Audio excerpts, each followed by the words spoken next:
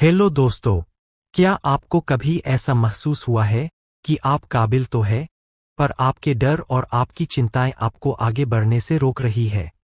क्या आपको लगता है कि आपकी परिस्थितियां आपके सपनों से कहीं ज्यादा बड़ी है? नॉर्मन विंसेंट पील की कालजयी पुस्तक the power of positive thinking, यह सिर्फ एक किताब नहीं है, बल्कि दुनिया भर के करोड़ों लोगों के जीवन को बदलने वाला एक मैनुअल है। आज के इस विशेष ऑडियो बुक में हम इस पूरी किताब के सभी 17 अध्यायों की गहराई में उतरेंगे।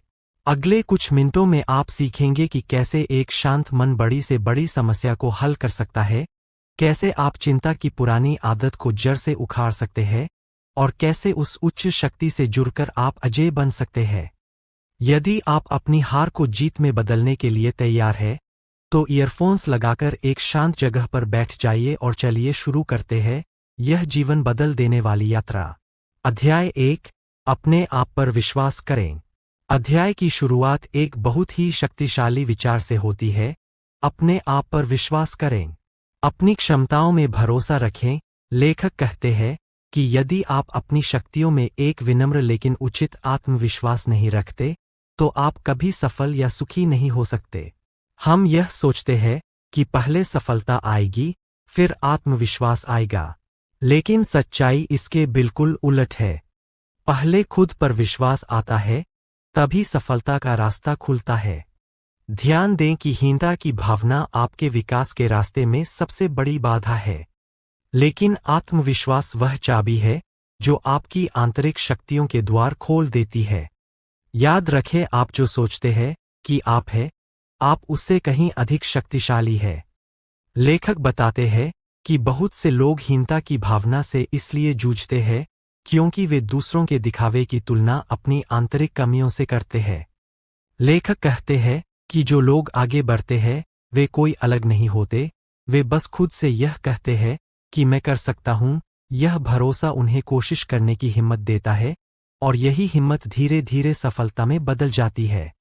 वे सलाह देते हैं कि अपने बचपन के डरों और पुरानी असफलताओं को खुद पर हावी नहीं होने दें। हीनता के विचारों को खत्म करने का सबसे अच्छा तरीका है अपने दिमाग में अपनी एक सफल छवि बनाना। लेखक कहते हैं, अपने दिमाग में अपनी सफलता की तस्वीर को इतनी मजबूती से बैठा ले कि असफलता के विचार के लिए वहां कोई जगह ही नहीं बचे। इस अध्याय में नॉर्मन विंसेंट पील आत्मविश्वास बढ़ाने के लिए कुछ व्यावहारिक नियम देते हैं, जिनमें से मुख्य है, अपने दिमाग में अपनी एक सफल व्यक्ति की छवि बनाएं और उसे कभी धुंधला न होने दें। जब भी कोई नकारात्मक विचार आए, उसे तुरंत एक सकारात्मक विचार से काट दें। अपनी क्षमताओं को कम करके नहीं आंकें। दिन में कम से कम 10 बार यह दोहराएं, यदि ईश्वर मेरे साथ है तो कौन मेरे खिलाफ हो सकता है। एक अनुभवी सलाहकार या गुरु की मदद लें जो आपके आत्मविश्वास को जगा सके। अध्याय का निष्कर्ष हमें यह सिखाता है कि आत्मविश्वास केवल एक मानसिक अवस्था नहीं है, बल्कि यह एक आध्यात्मिक शक्ति है। लेखक कहते हैं कि जब आप अपनी समस्याओं को ईश्वर या ब्रह्मांड की सर्वोच्च शक्ति को सौंप देते हैं और यह विश्वास करते हैं कि वह आपके साथ है, तो आप अजेय हो जाते हैं। आत्मविश्वास का मतलब अहंकार नहीं, बल्कि अपनी मेहनत और ऊपर वाले की शक्ति पर अटूट भरोसा है। अध्याय 2, शांत मन शक्ति पैदा करता है। अध्याय की शुरुआत एक बहुत ही सुंदर उदाहरण से होती है। लेखक कहते हैं कि जिस तरह एक शांत झील में आप अपना चेहरा साफ देख सकते हैं, उसी तरह एक शांत मन ही स्पष्ट विचार और महान निर्णय ले सकता है। आधुनिक जीवन की भागदौड़, तनाव और शोर हमारे दिमाग की ऊर्जा को निचोड़ लेते हैं। लेखक का मानना है कि यदि आपका मन अशांत है, तो आप अपनी बुद्धिमानी और शक्तियों का पूरा उपयोग कभी नहीं कर पाएंगे। शक्ति का स्रोत अशांति नहीं, बल्कि स्थिरता है। लेखक यहाँ एक बहुत ही व्यावहारिक अभ्यास का सुझाव देते हैं। वे कहते हैं कि दिन में कम से कम 15 मिनट पूरी तरह से मौन रहने का अभ्यास करें। किसी ऐसी जगह बैठे जहां कोई आवाज नहीं हो, और अपनी आंखों को बंद करके बस उस शांति को महसूस करें। इसके अलावा लेखक मन के शुद्धिकरण की सलाह देते हैं, यानी अपने दिमाग से उन सभी डर, नफरत और शिकायतों को बाहर निकाल देना जो आपके मन के सुकून को चुरा लेती है। जब मन खाली और शांत होता है, तभी उसमें दिव्य शक्ति का प्रवेश होता है। क्या आप जानते हैं कि आपके द्वारा बोले गए शब्द आपके दिमाग की शांति तय करते हैं?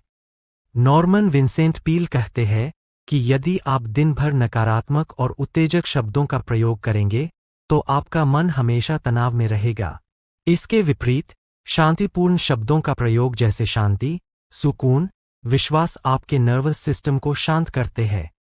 सोने से पहले अपने दिमाग में शांतिपूर्ण दृश्यों की कल्पना करें, जैसे पहाड़ों की शांति या समुद्र की लहरों की आवाज। यह विजुअलाइजेशन आपके अवचेतन मन को शांत रखने में मदद करता है। अध्याय का निष्कर्ष हमें एक नई दृष्टि देता है। शांत मन होने का मतलब यह नहीं है कि आपके जीवन में कोई समस्या नहीं होगी, बल्कि इसका मतलब यह है कि समस्याओं के बीच में भी आप अंदर से स्थिर और संतुलित रहेंगे। जब आप शांत होते हैं, तो आप बेहतर तरीके से सोचते हैं, आपकी सेहत अच्छी रहती है और लोग आपकी ओर आकर्षित होते हैं। लेखक अंत में कहते हैं, अपने मन को शांति का केंद्र बनाएं और आप पाएंगे कि दुनिया की कोई भी चुनौती आपको हिला नहीं सकती। अध्याय 3, निरंतर ऊर्जा कैसे प्राप्त करें। अध्याय की शुरुआत एक चौंकाने वाले विचार से होती है। हमारा शरीर उतना नहीं थकता जितना हमारा मन थकता है। लेखक कहते हैं कि ऊर्जा का मुख्य स्रोत भोजन या नींद नहीं, बल्कि आपके विचार और भावनाएं हैं। जब आप किसी काम को पूरे उत्साह और प्रेम से करते हैं, तो आप घंटों तक नहीं थकते। लेकिन जब आप किसी काम को बोझ मानकर डर या ऊब के साथ करते हैं, तो आप 10 मिनट में ही निढाल महसूस करने लगते हैं। ऊर्जा वास्तव में आपके मन की स्थिति का प्रतिबिंब है। लेखक उन लीकेज के बारे में बताते हैं जहां से आपकी मानसिक ऊर्जा बह जाती है। इनमें सबसे प्रमुख है अपराधबोध, डर और पुरानी नफरत। ये भावनाएं एक पुराने जंग लगी मशीन की तरह आपके दिमाग के इंजन को धीरे कर देती है। नॉर्मन विंसेंट पील सलाह देते हैं कि यदि आप हमेशा ऊर्जावान रहना चाहते हैं, तो अपने मन को इन नकारात्मक कचरे से साफ रखें। एक साफ और शुद्ध मन में असीमित ऊर्जा का भंडार होता है। लेखक यहाँ एक बहुत ही गहरा आध्यात्मिक सिद्धांत देते हैं। वे कहते हैं कि मनुष्य एक बैटरी की तरह है, जिसे बार बार चार्ज करने की जरूरत होती है, और वह चार्जर है आध्यात्मिक शक्ति या ईश्वर। जब आप विश्वास करते हैं कि आप अकेले नहीं हैं और ब्रह्मांड की अनंत शक्ति आपके पीछे है, तो आपकी थकान दूर होने लगती है। लेखक एक महान नियम बताते हैं, उत्साह पैदा करें। जब आप उत्साह के साथ किसी काम में कूदते हैं, तो आपका शरीर अपने आप नई ऊर्जा पैदा करने लगता है। अध्याय का निष्कर्ष हमें याद दिलाता है कि थकान अक्सर एक आदत बन जाती है।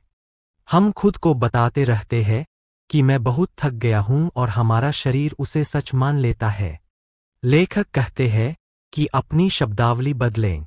यह कहना शुरू करें कि मैं ऊर्जा से भरपूर हूं। जब आप सकारात्मक विचारों के माध्यम से अपने अवचेतन मन को संदेश भेजते हैं, तो आपका शरीर उसी के अनुरूप प्रतिक्रिया देता है। असीमित ऊर्जा का रहस्य आपके अंदर ही छिपा है, बस उसे सही विचारों के साथ बाहर निकालने की जरूरत है। अध्याय 4, प्रार्थना की शक्ति का प्रयास करें। अध्याय की शुरुआत में लेखक एक चौंकाने वाला दावा करते हैं। वे कहते हैं कि प्रार्थना केवल एक धार्मिक रस्म नहीं है, बल्कि यह व्यक्तिगत ऊर्जा का सबसे शक्तिशाली रूप है। जिस तरह बिजली या गुरुत्वाकर्षण के नियम काम करते हैं, वैसे ही प्रार्थना के भी अपने नियम हैं। जब आप प्रार्थना करते हैं, तो आप अपने दिमाग को शांत करते हैं और अपनी समस्याओं को एक बड़ी शक्ति के हवाले कर देते हैं। यह क्रिया आपके मानसिक तनाव को कम करती है और आपको स्पष्ट रूप से सोचने में मदद करती है। प्रार्थना वास्तव में मानसिक इंजीनियरिंग का एक हिस्सा है। लेखक प्रार्थना करने का एक बहुत ही व्यावहारिक और प्रभावी तरीका बताते हैं, जिसे वे 3 चरणों में बांटते हैं। प्रार्थना, अपनी समस्या को सरल शब्दों में भगवान या ब्रह्मांड के सामने रखें। दिखावे की नहीं, दिल से बात करें। कल्पना, जो आप चाहते हैं उसकी एक स्पष्ट तस्वीर अपने दिमाग में बनाएं।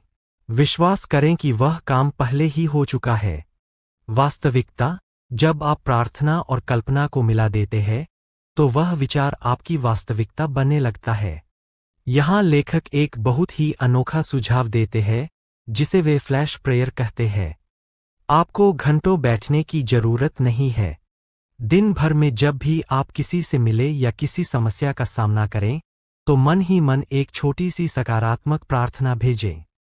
उदाहरण के लिए, किसी परेशान व्यक्ति को देखकर मन में कहें, ईश्वर इन्हें शांति दे। लेखक का मानना है कि जब आप दूसरों के लिए सकारात्मक प्रार्थनाएं भेजते हैं, तो वह ऊर्जा लौटकर आपके पास आती है और आपके चारों ओर एक सुरक्षा कवच बना देती है। अध्याय का निष्कर्ष हमें यह सिखाता है कि प्रार्थना का असली मकसद भगवान के मन को बदलना नहीं, बल्कि अपने मन को बदलना है। जब आप नियमित प्रार्थना करते हैं, तो आपका डर विश्वास में बदल जाता है और आपकी नफरत प्रेम में। यह आपके भीतर एक ऐसी शांति पैदा करती है जिसे दुनिया का कोई भी शोर नहीं तोड़ सकता। लेखक अंत में कहते हैं, प्रार्थना करना शुरू करें और आप पाएंगे कि आपके जीवन में चमत्कार होना अब एक आम बात हो गई है। अध्याय 5, अपनी खुशी खुद कैसे बनाएं। अध्याय की शुरुआत एक कड़वे सच से होती है। बहुत से लोग अपनी खुशी को भविष्य के लिए टाल देते हैं, जैसे जब मेरी नौकरी लगेगी तब मैं खुश होऊंगा, या जब मेरे पास घर होगा तब मैं खुश रहूंगा। लेखक कहते हैं कि खुशी कोई मंजिल नहीं, बल्कि सफर का एक तरीका है। यह आपकी परिस्थितियों से नहीं, बल्कि आपके दृष्टिकोण से तय होती है। आप हर सुबह उठकर यह तय कर सकते हैं कि आज आप खुश रहेंगे या दुखी। खुशी एक मानसिक आदत है जिसे अभ्यास से विकसित किया जा सकता है। लेखक उन आदतों की पहचान करते हैं जो हमारी खुशी को खत्म कर देती है। इसमें सबसे ऊपर है शिकायत करना। जो लोग हमेशा कमियों को ढूंढते हैं, उनका दिमाग नकारात्मकता का आदी हो जाता है। लेखक एक तकनीक बताते हैं, खुशी के विचारों की सूची बनाएं। हर सुबह उठकर उन चीजों के बारे में सोचें जिनके लिए आप आभारी हैं। जब आप आभार व्यक्त करते हैं, तो आपका दिमाग अपने आप खुशी के सिग्नल भेजने लगता है। इस अध्याय में लेखक समझाते हैं कि हम अक्सर बीते हुए कल के पछतावे या आने वाले कल की चिंता में अपनी आज की खुशी खो देते हैं। वे खुशहाल जीवन का एक मंत्र देते हैं। दिन को छोटे छोटे टुकड़ों में जिए, हर काम को, चाहे वह कितना भी छोटा क्यों न हो, पूरे मन और आनंद के साथ करें। लेखक कहते हैं कि यदि आप अपनी आत्मा को सकारात्मक विचारों और प्रेम से भर लेते हैं, तो खुशी आपके अंदर से झरने की तरह फूटने लगेगी। अध्याय का अंत एक बहुत ही सुंदर संदेश के साथ होता है। लेखक कहते हैं कि खुशी का सबसे बड़ा रहस्य है इसे दूसरों के साथ बांटना। जब आप किसी और के चेहरे पर मुस्कान लाते हैं, तो आपकी अपनी खुशी दोगुनी हो जाती है। खुशी कोई ऐसी चीज नहीं है जिसे आप पकड़ कर रख सकें, यह वह इत्र है जिसे जब आप दूसरों पर छिड़कते हैं, तो उसकी कुछ बूंदें आप पर भी गिरती है। अपनी खुशी के निर्माता खुद बने और आज से ही मुस्कुराना शुरू करें। अध्याय 6, झुंझलाहट और गुस्से को छोड़े। अध्याय की शुरुआत एक कड़वी हकीकत से होती है। लेखक कहते हैं कि जब आप फ्यूम करते हैं, यानी गुस्से में उबलते हैं, तो आप केवल दूसरों का नुकसान नहीं कर रहे होते, बल्कि आप अपने शरीर के भीतर जहर पैदा कर रहे होते हैं। गुस्सा और झुंझलाहट सीधे आपके दिल, ब्लड प्रेशर और नर्वस सिस्टम पर हमला करते हैं। लेखक चेतावनी देते हैं कि एक अशांत और गुस्सैल मन कभी भी सफल नहीं हो सकता, क्योंकि वह अपनी आधी ऊर्जा तो केवल चिढ़ने में ही बर्बाद कर देता है। लेखक इस समस्या का एक बहुत ही व्यावहारिक कारण बताते हैं, जल्दबाजी। हम एक ऐसी दुनिया में रह रहे हैं जहां हर किसी को कहीं पहुंचने की जल्दी है। यह जल्दबाजी की बीमारी ही झुंझलाहट को जन्म देती है। नॉर्मन विंसेंट पील सलाह देते हैं कि अपने काम करने की गति को थोड़ा धीमा करें। वे कहते हैं, शांति से काम करना सीखें। जब आप शारीरिक रूप से धीमे और शांत होते हैं, तो आपका दिमाग भी अपने आप शांत होने लगता है। याद रखें, जो काम शांति से हो सकता है, वह गुस्से से कभी बेहतर नहीं हो सकता। यहाँ लेखक मन को ठंडा करने के लिए कुछ अद्भुत तरीके बताते हैं। वे कहते हैं कि जब भी आपको गुस्सा आए या आप चिड़चिड़े हों, तो तुरंत गहरी सांस लें और मन ही मन कहें, परमात्मा की शांति मेरे भीतर बह रही है। इसके अलावा वे शारीरिक शिथिलता का सुझाव देते हैं।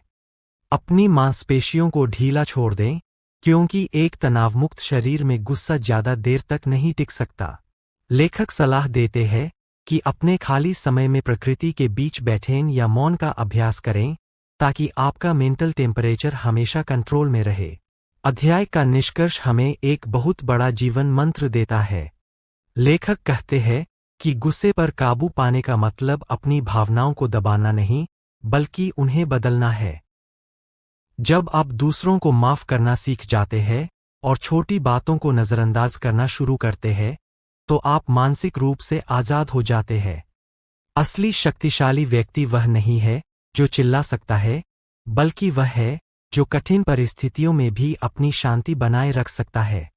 शांति ही वह शक्ति है जो आपकी उम्र बढ़ाती है और आपके जीवन को सुखद बनाती है।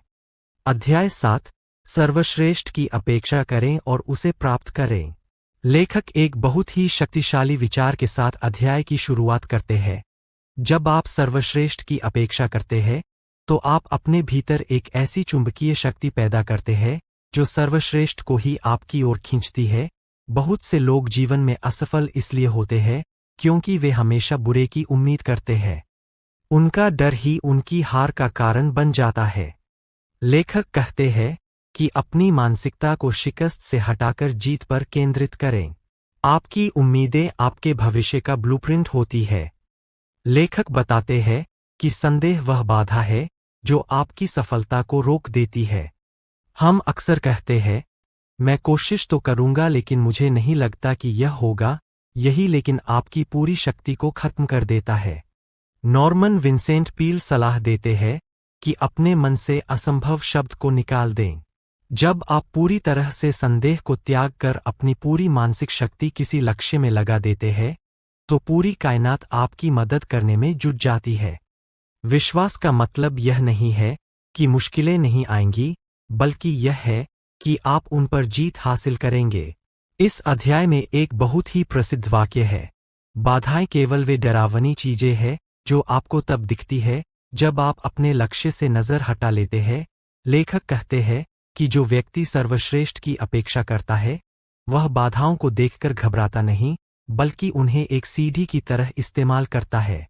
वे एक तकनीक सिखाते हैं, जब भी आपके सामने कोई बड़ी समस्या आए, तो उससे डरे नहीं, बल्कि उसे परमात्मा की शक्ति के साथ मिलकर चुनौती दें। आपका विश्वास आपकी समस्या से कहीं बड़ा है। अध्याय का निष्कर्ष हमें यह सिखाता है कि आप जो पाना चाहते हैं, उसे पहले अपने मन में प्राप्त कर लें। यदि आप सफलता चाहते हैं, तो एक सफल व्यक्ति की तरह सोचना, बोलना और व्यवहार करना शुरू करें। लेखक अंत में कहते हैं, ईश्वर से डर के साथ नहीं, बल्कि भरोसे के साथ मांगें। जब आप सर्वश्रेष्ठ की अपेक्षा करना अपनी आदत बना लेते हैं, तो आपका जीवन साधारण से असाधारण बन जाता है। याद रखें, आप अपनी उम्मीदों के दायरे को जितना बड़ा करेंगे, आपकी सफलता उतनी ही बड़ी होगी। अध्याय 8, मैं हार में विश्वास नहीं करता। अध्याय की शुरुआत एक बहुत ही कड़क और सीधे संदेश से होती है। हार आपके साथ घटित होने वाली कोई घटना नहीं है, बल्कि यह आपके द्वारा स्वीकार किया गया एक विचार है। लेखक कहते हैं कि अधिकांश लोग इसलिए हार जाते हैं क्योंकि उन्होंने अपने मन में पहले ही हार स्वीकार कर ली होती है। यदि आप अपने मस्तिष्क से हार शब्द को पूरी तरह से निकाल दें, तो आपकी शारीरिक और मानसिक शक्तियां ऐसी बाधाओं को भी पार कर लेंगी जो पहले असंभव लगती थीं। याद रखें, जब तक आप मन से नहीं हारते, दुनिया की कोई ताकत आपको हरा नहीं सकती। लेखक एक अद्भुत मनोवैज्ञानिक सत्य बताते हैं, बाधाएं उतनी बड़ी नहीं होती जितनी वे दिखती है, वे उतनी ही बड़ी होती है जितना आपका डर उन्हें बना देता है। वे सलाह देते हैं कि अपनी समस्याओं के सामने झुके नहीं, बल्कि सीधे उनकी आंखों में आंखें डालकर खड़े हो जाएं। जब आप साहस के साथ अपनी मुश्किलों का सामना करते हैं, तो वे मुश्किलें सिकुड़ने लगती है। लेखक कहते हैं कि बाधाओं के बारे में सोचने के बजाय उन समाधानों के बारे में सोचें जो आपके पास है। इस अध्याय में लेखक एक जादुई वाक्य देते हैं जिसे वे हर किसी को दोहराने की सलाह देते हैं। मैं उस ईश्वर के माध्यम से सब कुछ कर सकता हूं जो मुझे शक्ति देता है।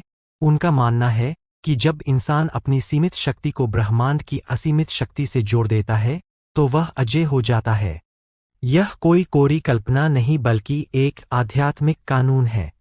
जब आप यह विश्वास करते हैं कि आपके पीछे एक महाशक्ति खड़ी है तो आपका आत्मविश्वास कई गुना बढ़ जाता है और आप हार को मानने से इनकार कर देते हैं। अध्याय का निष्कर्ष एक प्रेरणादायक कहानी के साथ होता है जो हमें सिखाती है कि सफलता अक्सर अंतिम मोड़ पर छिपी होती है। लेखक कहते हैं कि हार केवल एक फीडबैक है, अंत नहीं। यदि आप गिरते हैं तो गिरना मायने नहीं रखता, मायने यह रखता है कि आप कितनी जल्दी फिर से उठ खड़े होते हैं। हार में विश्वास नहीं करना ही वह मंत्र है जो साधारण लोगों को महानायक बनाता है। इसलिए आज से ही कहना शुरू करें, मेरे शब्दकोश में हार नाम का कोई शब्द नहीं है। अध्याय 9, चिंता की आदत को कैसे तोड़े। अध्याय की शुरुआत एक बहुत ही गहरे सत्य के साथ होती है। चिंता करना एक ऐसी आदत है जो धीरे धीरे आपके आत्मविश्वास, आपकी सेहत और आपके सुख को कुतरने लगती है। लेखक इसे मानसिक आत्महत्या की तरह मानते हैं। वे समझाते हैं कि चिंता कभी भी कल की समस्याओं को हल नहीं करती, बल्कि वह आज की शांति और शक्ति को छीन लेती है। अधिकांश चीजें जिनके बारे में हम चिंता करते हैं, वे जीवन में कभी घटित ही नहीं होती। चिंता वास्तव में नकारात्मक कल्पना का उपयोग है। लेखक चिंता को रोकने के लिए एक बहुत ही शक्तिशाली अभ्यास बताते हैं। वे कहते हैं कि हर रात सोने से पहले अपने दिमाग को खाली करें। कल्पना करें कि आप अपने दिमाग से उन सभी डरों, शंकाओं और चिंताओं को एक एक करके बाहर निकाल रहे हैं। जैसे आप अपने घर से कचरा बाहर फेंकते हैं, वैसे ही अपने मस्तिष्क के कचरे को बाहर फेंक दें। इसके बाद उस खाली जगह को विश्वास और शांति के विचारों से भर दें। एक खाली मन चिंता को जगह नहीं देता। लेखक का मानना है कि चिंता और विश्वास एक साथ नहीं रह सकते। वे कहते हैं, चिंता विश्वास का अभाव है। इस आदत को तोड़ने का सबसे अच्छा तरीका है अपने दिमाग को सकारात्मक संदेशों से फ्लड कर देना। लेखक सुझाव देते हैं कि जब भी कोई चिंता भरा विचार आए तो तुरंत एक शक्तिशाली सकारात्मक वाक्य दोहराएं, जैसे, ईश्वर की शक्ति मुझे संभाल रही है, मुझे किसी बात का डर नहीं। जब आप बार बार विश्वास के विचार अपने मन में डालते हैं तो चिंता की पुरानी जड़ें अपने आप कटने लगती है। अध्याय का निष्कर्ष हमें यह भरोसा दिलाता है कि चिंता कोई जन्मजात बीमारी नहीं है। चूंकि आपने इसे सीखा है, इसलिए आप इसे अनलर्न भी कर सकते हैं। चिंता को दूर करने का मतलब समस्याओं से भागना नहीं है, बल्कि शांत रहकर उनके समाधान की ओर बढ़ना है। लेखक अंत में कहते हैं, एक दिन में एक बार जिए और अपनी चिंताओं को उस शक्ति के हवाले कर दे जिसने आपको बनाया है। जिस दिन आप चिंता करना छोड़ देंगे, उस दिन से आपकी असली प्रगति शुरू होगी। अध्याय 10, व्यक्तिगत समस्याओं को सुलझाने की शक्ति। अध्याय की शुरुआत एक बहुत ही दिलचस्प विचार से होती है। समस्याएं केवल उन्हीं के पास नहीं होती जो कब्रिस्तान में है। लेखक कहते हैं कि जीवित होने का अर्थ ही है समस्याओं का होना। इसलिए समस्या से भागना बंद करें और उसे गले लगाएं। आपकी समस्या उतनी कठिन नहीं है जितना आपका उसके प्रति दृष्टिकोण है। लेखक का मानना है कि यदि आप शांत रहकर और यह विश्वास करके समस्या को देखते हैं कि इसका समाधान मौजूद है, तो आप आधा युद्ध वहीं जीत लेते हैं। लेखक यहाँ समस्याओं को हल करने के लिए एक स्टेप बाय स्टेप फार्मूला देते हैं। पहला, विश्वास रखें कि समाधान है। यह मान ले कि हर ताले की एक चाबी होती है। दूसरा, शांति से सोचें। घबराहट में दिमाग काम करना बंद कर देता है। ठंडे दिमाग से समस्या का विश्लेषण करें। तीसरा, प्रार्थना करें। ईश्वर से बुद्धि मांगें, न कि केवल समस्या को खत्म करने की भीख। चौथा, कागज पर लिखें। अपनी समस्या को स्पष्ट रूप से लिखें। अक्सर लिखने मात्र से ही समाधान दिखाई देने लगता है। इस अध्याय का सबसे गहरा हिस्सा अंतर्ज्ञान के बारे में है। लेखक कहते हैं कि हमारे भीतर एक उच्च शक्ति है जो हमें रास्ता दिखा सकती है। जब आप अपनी समस्या को पूरी तरह से ईश्वर या ब्रह्मांड को सौंप देते हैं और शांत होकर बैठते हैं, तो अक्सर अचानक आपके मन में एक विचार आता है। वही विचार आपकी समस्या का समाधान होता है। इसे इंसाइट कहते हैं। लेखक सलाह देते हैं कि समस्या को हल करने के लिए कभी भी धक्का नहीं लगाएं, बल्कि उसे प्रवाह में आने दें। अध्याय का निष्कर्ष हमें आत्मविश्वास से भर देता है। लेखक कहते हैं कि कोई भी व्यक्तिगत समस्या, चाहे वह आर्थिक हो, पारिवारिक हो या स्वास्थ्य से जुड़ी हो, वह आपके संकल्प से बड़ी नहीं है। जब आप सकारात्मक सोच और आध्यात्मिक शक्ति को मिला देते हैं, तो आप एक प्रॉब्लम सॉल्वर बन जाते हैं। अंत में पील कहते हैं, समस्या को अपने ऊपर सवार नहीं होने दें, बल्कि आप समस्या के ऊपर सवार होकर उसे सही दिशा में ले जाएं। अध्याय 11, आस्था यानी विश्वास का उपयोग कैसे करें। अध्याय की शुरुआत एक बहुत ही गहरे विचार से होती है। अक्सर बीमारियां हमारे शरीर में नहीं बल्कि हमारे विचारों में जन्म लेती है।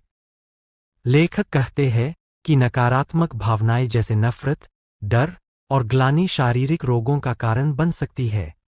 लेकिन जिस तरह नकारात्मक विचार बीमार कर सकते हैं, उसी तरह विश्वास और सकारात्मक विचार उपचार की प्रक्रिया को तेज कर सकते हैं। आस्था केवल आत्मा के लिए ही नहीं, बल्कि आपके शरीर की कोशिकाओं के लिए भी एक टॉनिक का काम करती है।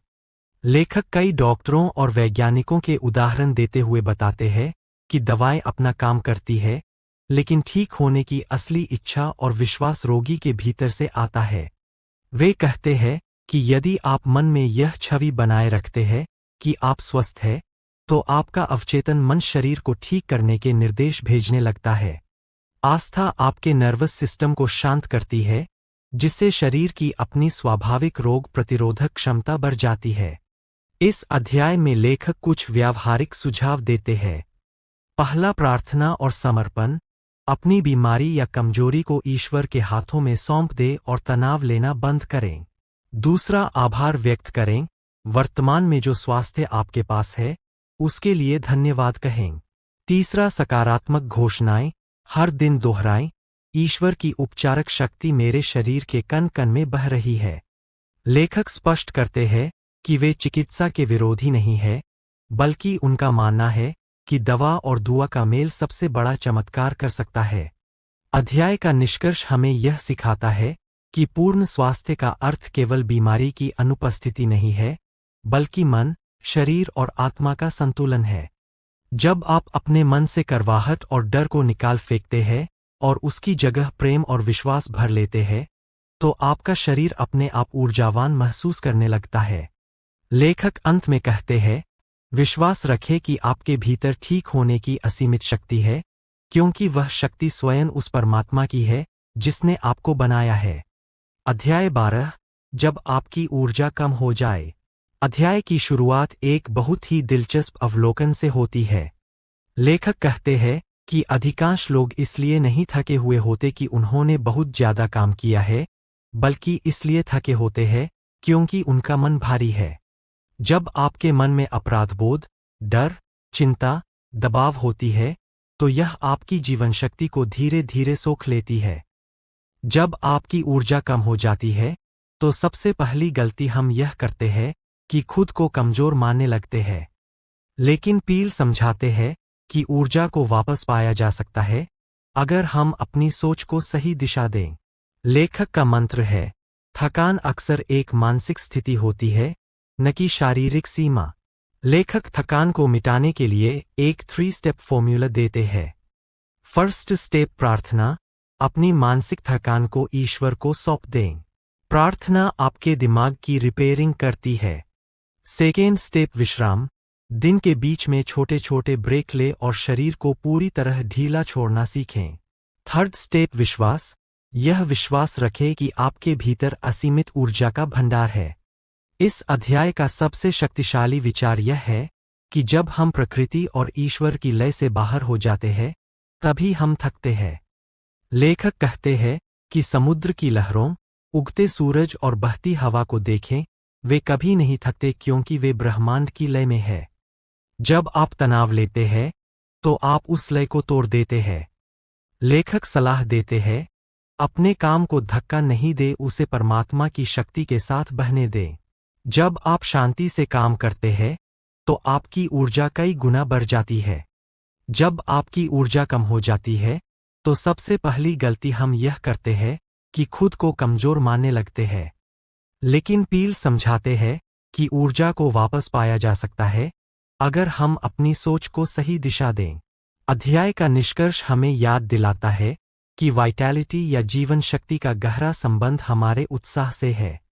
यदि आप अपने काम से प्यार करते हैं और उसे एक मिशन की तरह देखते हैं तो आप कभी नहीं थकेंगे। लेखक अंत में कहते हैं, अपने विचारों को शुद्ध करें, अपने मन को शांत रखें और खुद को असीमित शक्ति के स्रोत से जोड़े रखें। आप पाएंगे कि आप पहले से कहीं ज्यादा सक्रिय और खुशहाल महसूस कर रहे हैं। अध्याय 13, नए विचारों का प्रवाह आपको बदल सकता है। अध्याय की शुरुआत एक बहुत ही गहरे सत्य के साथ होती है। एक व्यक्ति का जीवन वैसा ही होता है जैसा उसके विचार उसे बनाते हैं। लेखक मार्कस ऑरेलियस को उद्धृत करते हुए कहते हैं कि अगर आप अपने विचारों को बदल लेते हैं तो आप अपनी पूरी दुनिया को बदल सकते हैं। नॉर्मन पील कहते हैं कि इंसान की सोच जब रुक जाती है तभी उसका विकास भी रुक जाता है। पुराने विचार हमें सुरक्षित तो महसूस कराते हैं, लेकिन वही धीरे धीरे हमें पीछे भी रोक लेते हैं। आपकी परिस्थितियां उतनी महत्वपूर्ण नहीं है जितनी कि उन परिस्थितियों के बारे में आपकी सोच है। यदि आप हार के बारे में सोचेंगे तो आप हार जाएंगे। यदि आप जीत और प्रगति के बारे में सोचेंगे तो सफलता आपके कदम चूमेगी। लेखक सलाह देते हैं कि हमें अपने दिमाग की सफाई करनी चाहिए।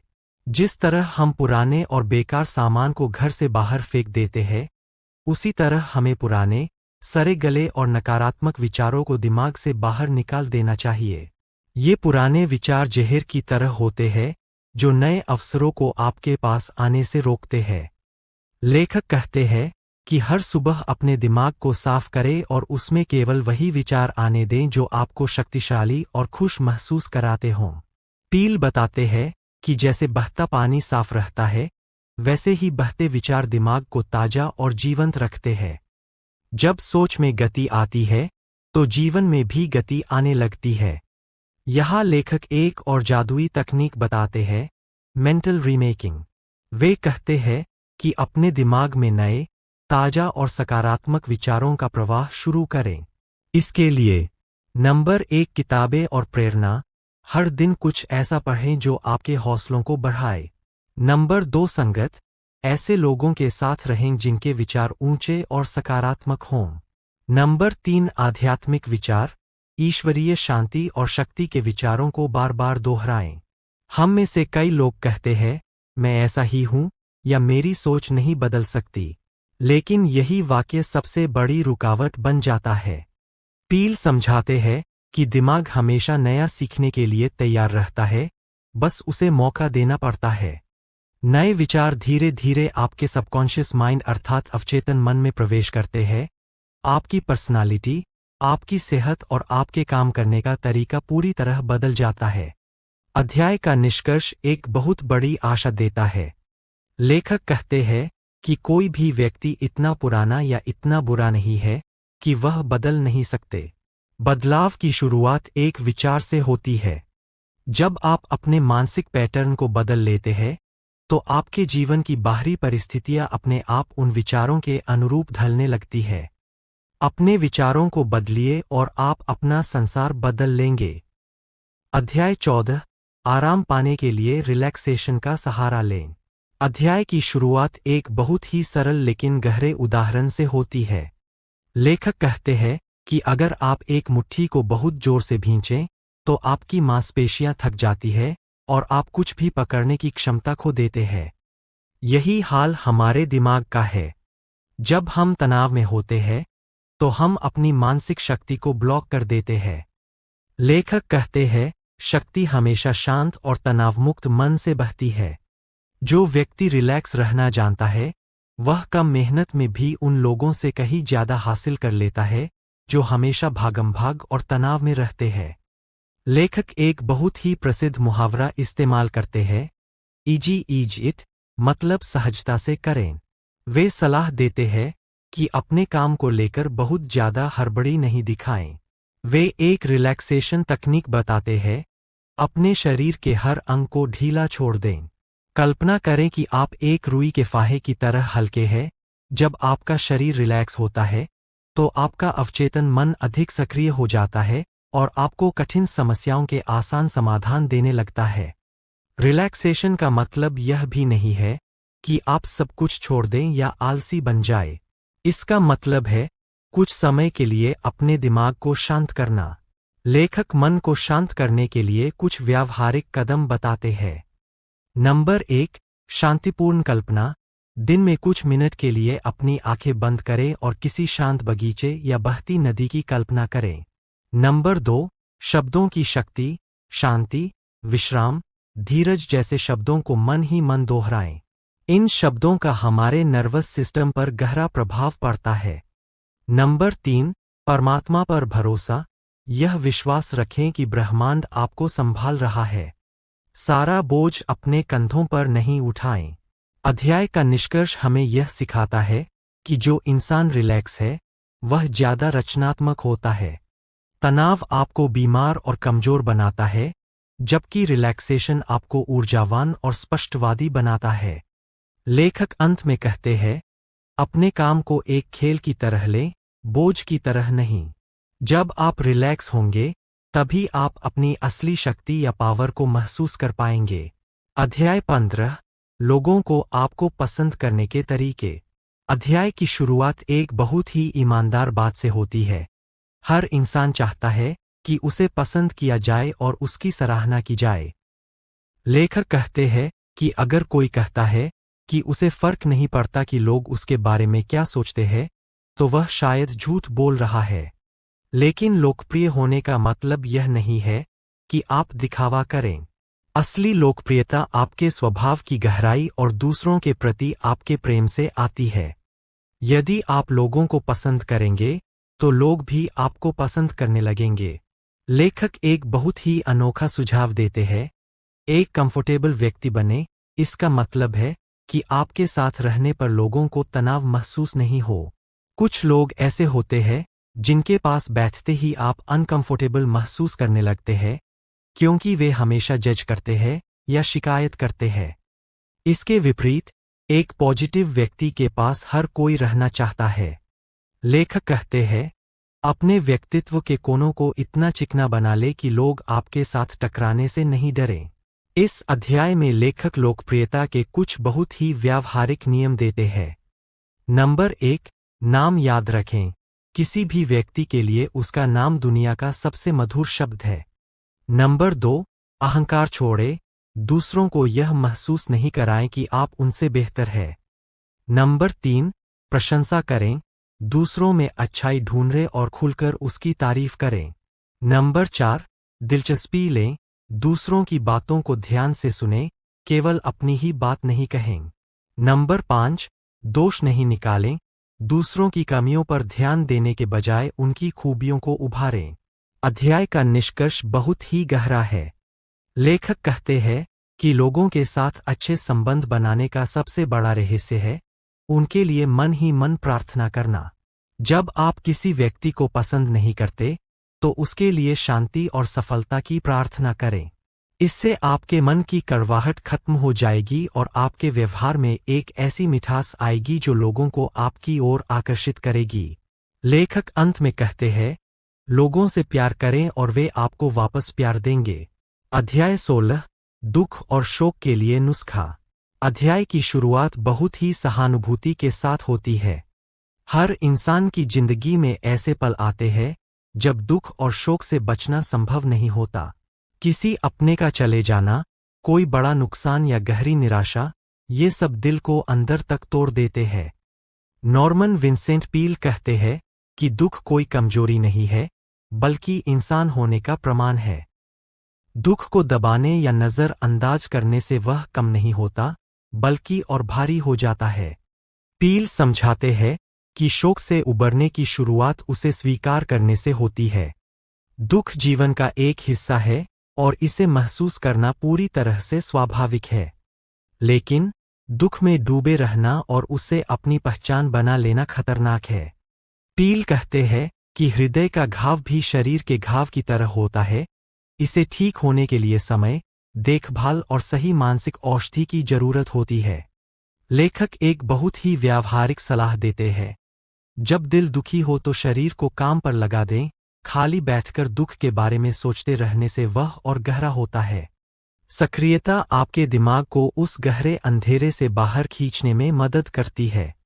किसी रचनात्मक काम में हाथ बटाना या दूसरों की मदद करना आपके अपने दुख को कम करने का सबसे तेज तरीका है।